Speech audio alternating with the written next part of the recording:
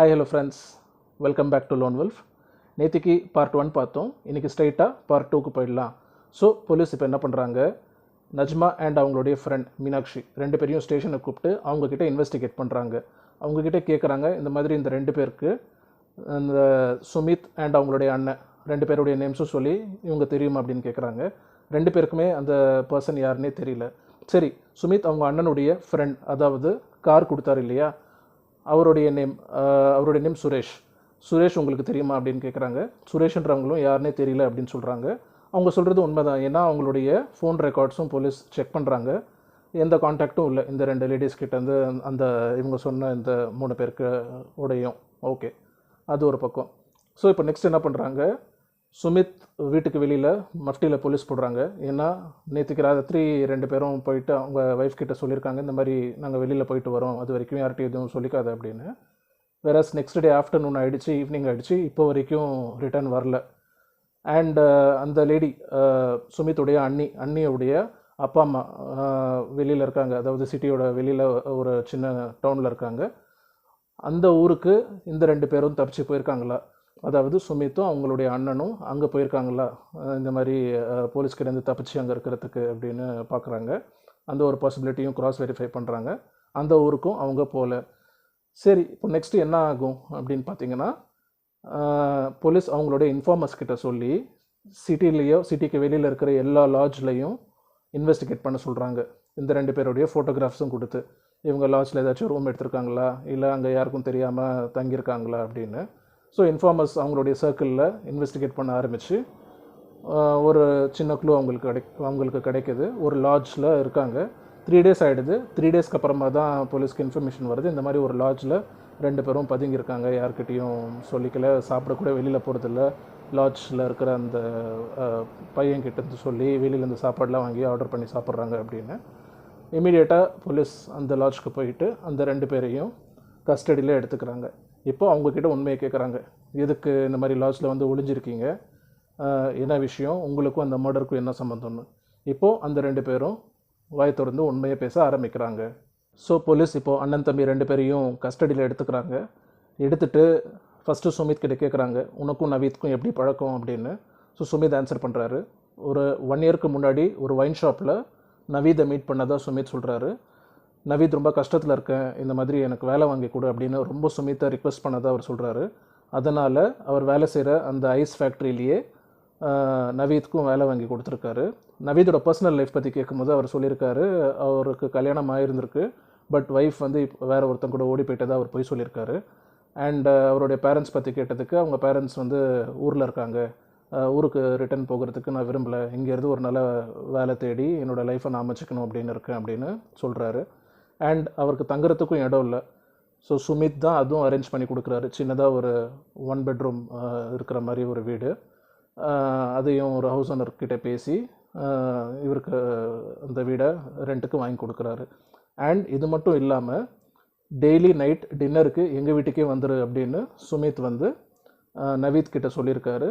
So daily டின்னருக்கு சுமித்தோட அண்ணன் and அவருடைய ஃப்ரெண்ட் நவீத் அவரும் வீட்டுக்கு வந்துடுவாங்க. அவங்களோட அண்ணி தான் இந்த 3 பேருக்கும் ஃபுட் ப்ரிப்பேர் பண்ணி சர்வ் பண்ணுவாங்க. 2-3 வாட்டி இவங்க முன்னாடியே நவீத் வந்து அவங்க அண்ணியோட சாப்பாடு ரொம்ப நல்லா இருக்குன்னு பாசிட்டிவாக ஃபீட்பேக் கொடுத்ததா சுமித் சொல்கிறாரு. அதான் சாப்பாடு எந்த அளவுக்கு அழகாக இருக்குன்னா, எந்த அளவுக்கு நல்லா இருக்குன்னா சமைச்சவங்க கைக்கு வலையிலே போடலாம், அந்த மாதிரியான கமெண்ட்ஸ்லாம் 2-3 வாட்டி நவீத் ஓப்பனாக சொல்லியிருக்காரு அவங்க முன்னாடி. சரி, கேஷுவலாக ஓகே, நம்ம ஃப்ரெண்டு தானே, சாப்பாடை வந்து அப்ரிஷியேட் பண்ணி தான் ஒரு பாசிட்டிவ் ஃபீட்பேக் கொடுக்குறாரு அப்படின்னு அவங்க நினச்சிருக்காங்க. ஸோ ஒரு நாள் சுமித்தும் நவீதும் பைக்கில் கேஷுவலாக ஒரு இடத்துக்கு போயிட்டுருக்காங்க. அப்போ சுமித் அவருடைய ரிலேட்டிவ் பொண்ணு ஒருத்தங்களை பார்க்குறாரு.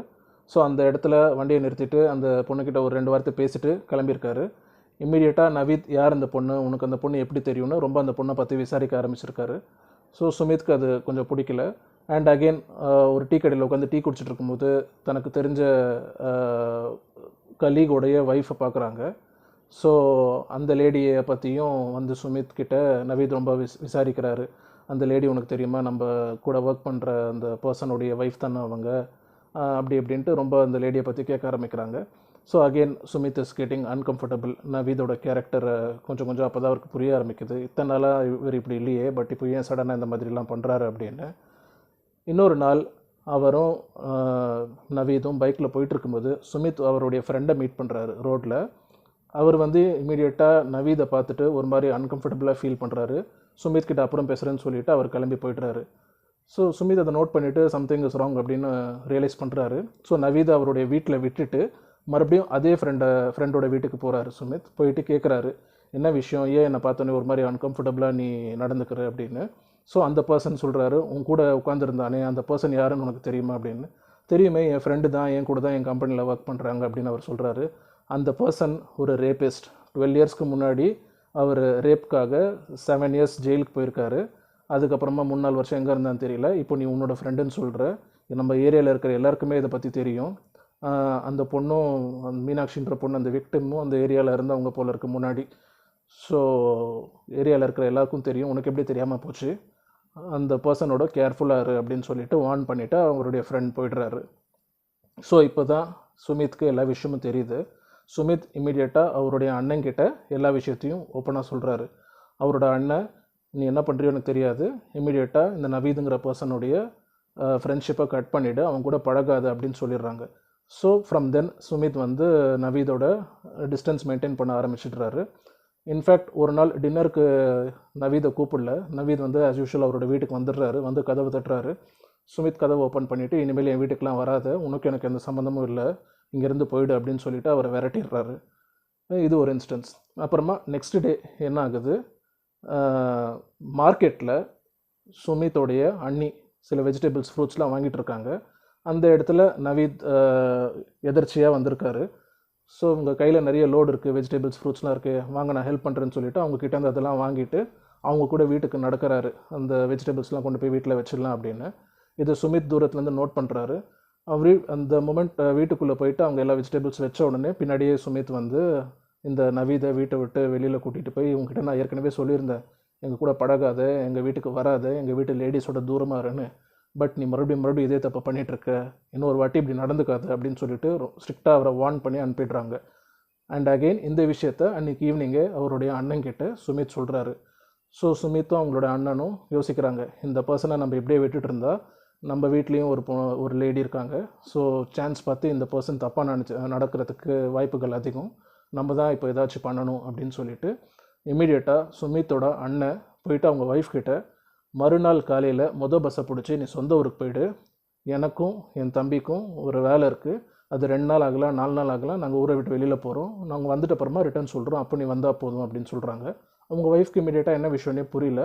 பட் ஸ்டில் நான் சொன்னது நீ சைலண்ட்டாக கேளு, காலையில் உன்னை பஸ் ஸ்டாப்பில் தம்பி ட்ராப் பண்ணிவிடுவோம் அப்படின்னு சொல்கிறாங்க. ஸோ மறுநாள் காலையில் பஸ் ஸ்டாப்பில் சுமித் கொண்டு போய் அவங்களுடைய அண்ணியை பஸ் ஸ்டாப்பில் ட்ராப் பண்ணிடுறாரு. ட்ராப் பண்ணிவிட்டு சுமித்தும் அவங்களுடைய அண்ணனும் ஒரு பிளான் ஒன்று போடுறாங்க. இப்போது சுமித் அண்ட் அவருடைய அண்ணன் அவங்களுக்கு தெரிஞ்ச ஃப்ரெண்டுக்கிட்ட காரை ஃபேமிலியோட வெளியில் போகிறேன் அப்படின்னு சொல்லிட்டு கார் கேட்குறாங்க. அவங்களும் கார் கொடுக்குறாங்க.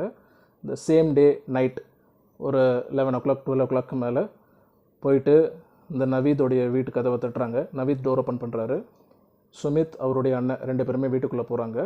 போன உடனே ஃபஸ்ட்டு அவங்கக்கிட்ட கேட்குறாங்க, இந்த மாதிரி நீ ஜெயிலுக்கு போயிருந்தியா, உன் மேலே ரேப் பண்ணதுக்கான கேஸ் இருக்கா அப்படின்னு. ஆமாம், உண்மைதான், அது ஒரு மிஸ்டேக், நான் ஜெயிலுக்கு போயிருந்தேன், 7 இயர்ஸ் அதுக்கான தண்டனையை அனுபவிச்சிட்டேன், இப்போ நான் அதை பற்றி மறந்துட்டேன், அதெல்லாமே நான் மறந்துட்டு I'm trying to turn into a new leaf அப்படின்னு அவர் சொல்கிறாரு.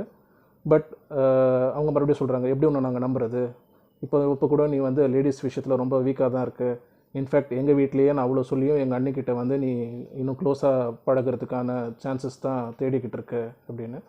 இல்லை, நான் உங்கள் அண்ணி கூட கேஷுவலாக தான் பழகினேன் அப்படின்னு சொல்கிறாங்க. இவர் பேச அவர் பேச ஒரு பாயிண்ட் ஆஃப் டைமுக்கு அப்புறமா உங்கள் அண்ணன் செங்கலை கையில் கோணியில் சுற்றி வச்சுருந்தார். அந்த செங்கல் எடுத்து அவருடைய தலையில் போட்டு அடிக்கிறாங்க. அண்ட் சுமித் அவருடைய கழுத்தை அறுத்துடுறாரு. அண்ட் உடம்புலையும் வயிற்றுக்கிட்ட அங்கங்கே மார்க்ஸ். 2 பேரும் சண்டை போடும்போது சுமித்தோட கையில் அடிபட்டுருது.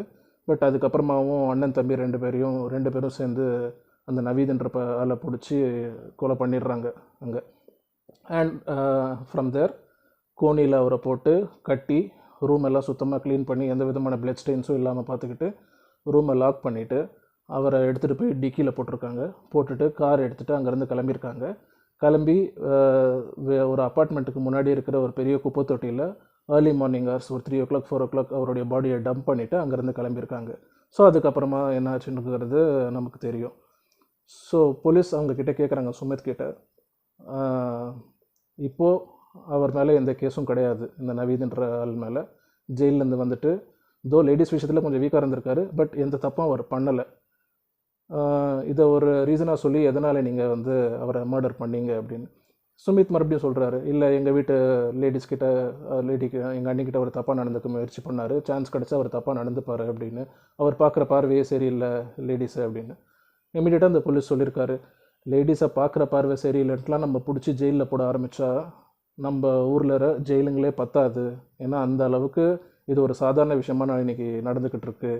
ஒருத்தங்க ஒரு லேடியை தப்பாக பார்க்குறாங்கன்றதுக்கெல்லாம் அவங்கள போயிட்டு நம்ம அரெஸ்ட் பண்ண முடியாது, கொல்ல முடியாது. ஏதாச்சும் உங்கள் வீட்டு லேடிஸை நீங்கள் வார்ன் பண்ணியிருக்கணும், இந்த மாதிரி இந்த பர்சன் கிட்ட தள்ளிடுங்கன்னு சொல்லியிருந்தால் அவங்க வந்து கேர்ஃபுல்லாக இருந்திருப்பாங்க, நம்பர் 1. இல்லை நம்பர் 2, அதே மாரி அவர் ஏதாச்சும் தப்பாக நடந்துக்க ட்ரை பண்ணால் அப்போது அதை ஸ்டாப் பண்ணிவிட்டு நீங்கள் பக்கத்தில் இருக்கிற போலீஸ் ஸ்டேஷனில் இன்ஃபார்ம் பண்ணியிருக்கணும். யார் உங்களை கொல்றதுக்கான ரைட்ஸ் கொடுத்தாங்க? ஒரு வாட்டி அவர் ஜெயிலுக்கு போயிட்டு வந்துட்டார், அதனால் உங்களுக்கு அவர் மேலே டவுட் வந்துருச்சு, எந்த லேடிஸையும் அவர் நிம்மதியாக இருக்க விட மாட்டார் அப்படின்னு சொல்லிட்டு நீங்கள் கொலை பண்ணிடுறீங்க. இப்போ நீயும் உன்னோட அண்ணனும் ஜெயிலில் இருக்க போகிறீங்க அவரை கொலை பண்ணதுக்காக. நீங்கள் ஜெயிலை விட்டு வெளியில் போகும்போது மற்ற ஆளுங்களும், மென் எஸ்பெஷலி, உங்களை அப்படி தானே பார்ப்பாங்க. ஜெயிலுக்கு போயிட்டு வந்திருக்காங்க இந்த 2 பேரும், இவரால் நம்ம குடும்பத்துக்கு ஆபத்து, நம்ம வீட்லேயும் நம்ம தங்கச்சி ஒய்ஃப் லேடிஸ் இருக்காங்க. ஸோ இந்த பர்சனை நம்ம ஒதுக்கி வைக்கணும், இல்லை இந்த பர்சனை நம்ம கொலை பண்ணிடலான்னு அவங்களும் இதே மாதிரி உங்களை மாதிரி நினைக்கலாம் இல்லையா? ஸோ நீங்கள் அவசரப்பட்டிருக்கக்கூடாது, நீங்கள் எங்ககிட்ட ரிப்போர்ட் பண்ணியிருக்கணும் அப்படின்னு சொல்லிட்டு இந்த கேஸை கன்க்ளூட் பண்ணுறாங்க. இன்றைக்கி அவங்க 2 பேரும் ஜெயிலில் தான் இருக்காங்க. Okay, so with this we have come to an end. Hope this was interesting. பிடிச்சிருந்தா கண்டிப்பாக லைக் பண்ணுங்கள், ஃப்ரெண்ட்ஸ் அண்ட் ஃபேமிலிக்கு ஷேர் பண்ணுங்கள், அண்ட் ப்ளீஸ் சப்ஸ்கிரைப். மறுபடியும் ஒரு சூப்பரான இன்ட்ரெஸ்டிங் வீடியோவில் உங்களை நான் மீட் பண்ணுறேன். Until then bye, take care.